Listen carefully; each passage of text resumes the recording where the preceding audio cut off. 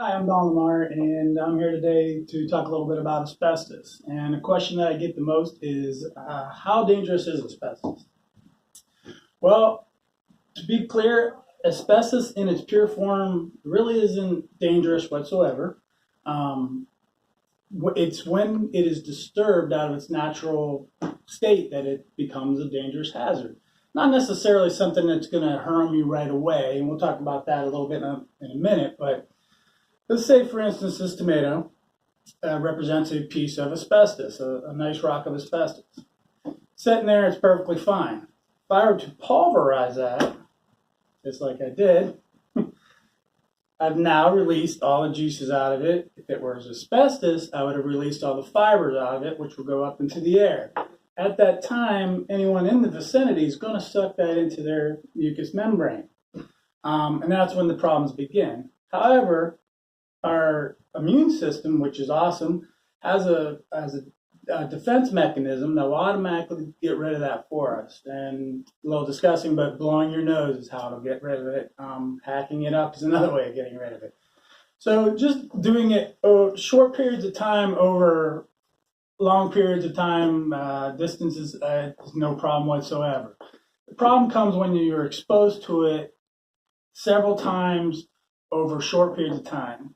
I guess the best way to say is, let's say you live in a house and you do that every day, every morning for 30 years. Yes, you're going to develop some sort of asbestos-related disease. There's three major diseases that are related to asbestos: asbestosis, lung cancer, and mesothelioma. The third one there, mesothelioma, is the most common. You'll hear if you watch daytime TV, you'll always see ads on there for that. A lot of that's kind of aimed towards men who were in the Army and Marines, Navy, who worked on ships. I'm sorry, Navy mostly, but the other ones did also. Worked on ships. Shipyards had a lot of asbestos. I don't have a prop with me, but there is a picture where everywhere on a ship that you will find asbestos. And these gentlemen and ladies were subjected to that for years before it was really known just how bad that this could be. We have known for hundreds and hundreds of years how bad that asbestos can be on your health, although unfortunately a lot of times due to money and expenses, it's pushed to the side. Some of the things that also affect whether or not you'll get an asbestos-related disease are your age. Of course, like we talked about, how much of it you are exposed to, how long you're exposed to it. And a surprising statistic is if you smoke. 90% of people who smoke and are exposed to asbestos fiber releases are more likely to get a disease related to it than anyone else if you're a non-smoker. With that being said, you also have people who are just going to get it. It's just going to happen, unfortunately. But that is the main reason. These people worked in shipping yards, mills, factories that produce this. If you ever get a chance, there's an excellent documentary at Libby, Montana, that showed how not only the workers became infected and passed away and contracted diseases, their families did, just by them coming home over the course of the years and mom shaking out the asbestos into the house and releasing the fibers.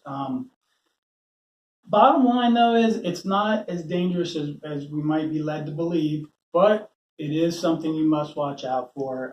Again, the worst case is if you're exposed to it many times over the years. There have been some actors, famous people. Warren Zevon, actually a singer, Werewolves in London, if you're familiar with that song. He died of mesothelioma. Steve McQueen, and also Merlin Olsen.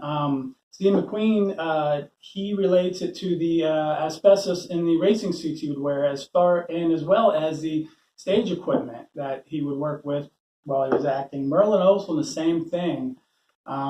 He actually sued NBC, Universal Studios, and a lot of others before he passed away, claiming that all this equipment that he worked with over the years made him contract this disease. Warren Zevon actually believes that it is from playing in his father's business attic when he was growing up. It was, if you haven't heard about it, but there was a a long period of time in the 50s and 60s where there was an asbestos contaminated product that was used to insulate houses, businesses, things like that. And that is also somewhere where you will most likely find asbestos in an older home. A lot of people are under the impression that if their house was built after 1980, that they do not have any asbestos in their house. And unfortunately, the U.S. has never banned asbestos completely. So there's always that possibility that some has been shipped over from another country. And so you should take all precautions at any time. But anyway, bottom line again, thank you very much for listening to me. Bottom line is, it is dangerous, but only if you disturb it. Thank you very much.